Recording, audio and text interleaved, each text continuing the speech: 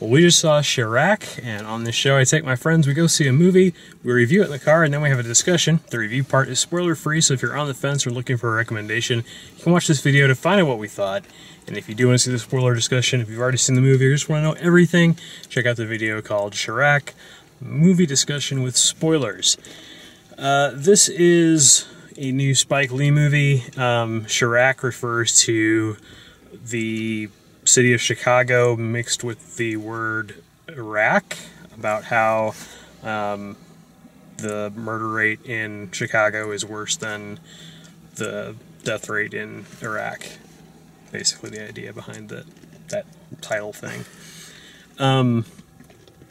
And the movie, like, I knew quite a bit about it beforehand. In fact, I think I might have known too much beforehand to have enjoyed it quite as much as I could have.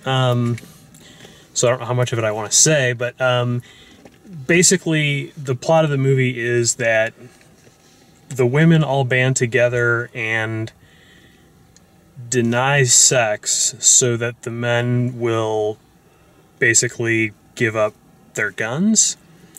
At least that's how it was, like, written on paper.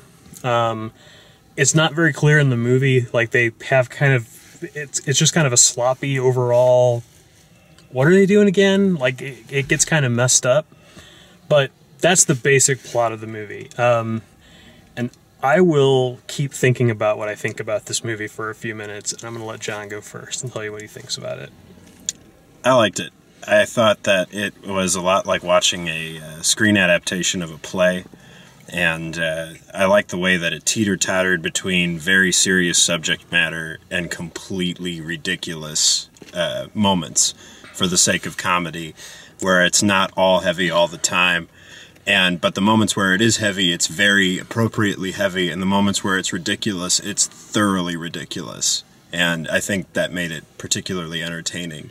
And I also, as like a fan of a lot of Spike Lee's movies, there were a lot of his kind of signature little things in there that I won't spoil in here. But if you're a fan of Spike Lee joints, this is a good one. Okay.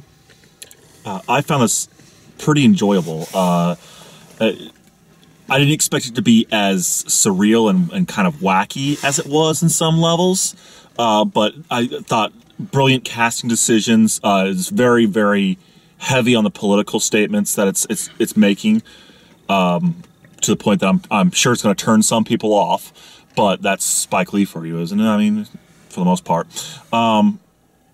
Yeah, everything about this movie was pretty interesting to me. I think I'd be embarrassed to have my mom see it, though. Yeah. Yeah, I mean, not knowing your mom, I couldn't say, but yeah, I could see that.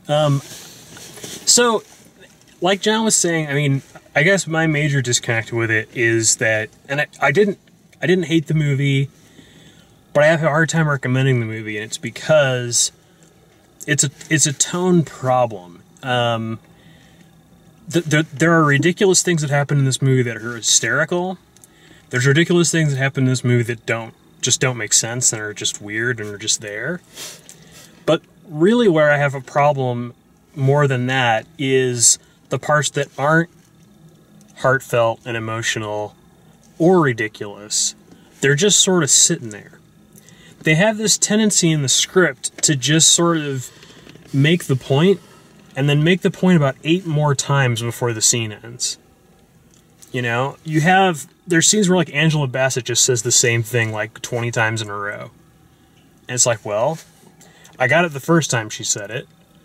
It's cool that we're, like, shooting around and we're having her repeat it, and I'm not sure if she's even saying it all those times or if they're just playing it back in a loop. That stuff got to me because I felt like the movie didn't need to be nearly as long as it was. It would have been just as effective if it had been half hour, 45 minutes shorter. I buy into that. Do you think that the reason it repeats itself a lot is because of the format of the movie? It's hard. I mean, I think it's a case-by-case thing. Like, I think in some cases they wanted to show off that they had this particular actor saying this specific thing. There are the parts of the movie where, unfortunately, I lost some of what was being said. I couldn't understand some of what was being said. But then on the other side of it, there was sections where they were just flat out subtitling things. It opens with a song that's all subtitled, and so you can see it and understand it. Kind of long. And yeah, and it felt that's just the thing to me, is it felt like they had a couple of fairly good ideas. It's really a gun control movie. That's what the movie is about. And it kind of takes its time and kind of meanders around it to the point where it's like, when you walk out of this movie, do you feel like you have more information? Do you feel satisfaction? Do you feel outrage? Do you feel like, what does this movie do for you? Do women leave this movie and go, that's how I'm gonna get rid of guns in my neighborhood? Like, that honest to God question. Like, is this a call to arms? Yeah, exactly. Like, as a manner of speaking. That's funny. Yeah. Okay. But yeah, that was my biggest thing with it, was just it seemed to kind of muddle its message a bit. It seemed to want to have its cake and eat it too, with the ridiculous stuff and the serious stuff. And it doesn't mean you have to have a dead serious movie or a completely ridiculous satire, but keep it interesting, keep it moving. There's this scene with John Cusack that could easily be the climax of the movie, and it's not even close to the climax of the movie. Like, there's another 45 minutes left of stuff that happens, and what we're waiting for is this twist, which you see coming like 20 minutes before it happens. But they have to do this ridiculous, like, Magic Mike XXL scene. Like, they do the last scene of Magic Mike XXL as the last scene of this movie. It's the weirdest thing. And they bring out the bed and all that craziness. So yeah, I don't know. I have a hard time knowing how to feel about it or how to recommend it, or because I don't really know I don't really know how I feel about it. I think that's fair. Yeah, I thought that a lot of it was, like, the ridiculousness, too, was really just metaphorical and saying, we've already broken the realism wall, so we can do that whenever we want now, and we can really take that far. Yeah, and I get the satire part of it. And like I said, had no problem with any of that.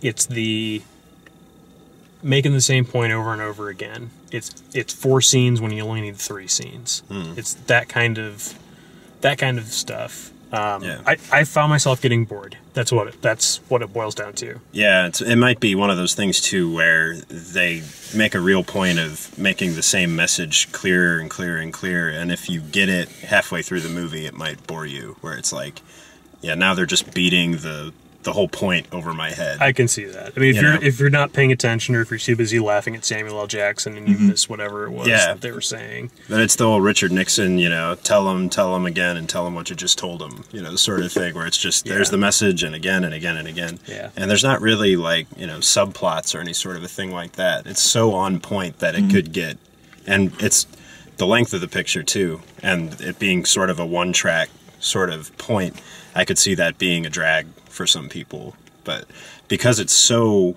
weird, I thought that held my interest with it being entertaining. That's all that entertained me. Yeah. And if I watched it again, I would hit the fast forward button a lot.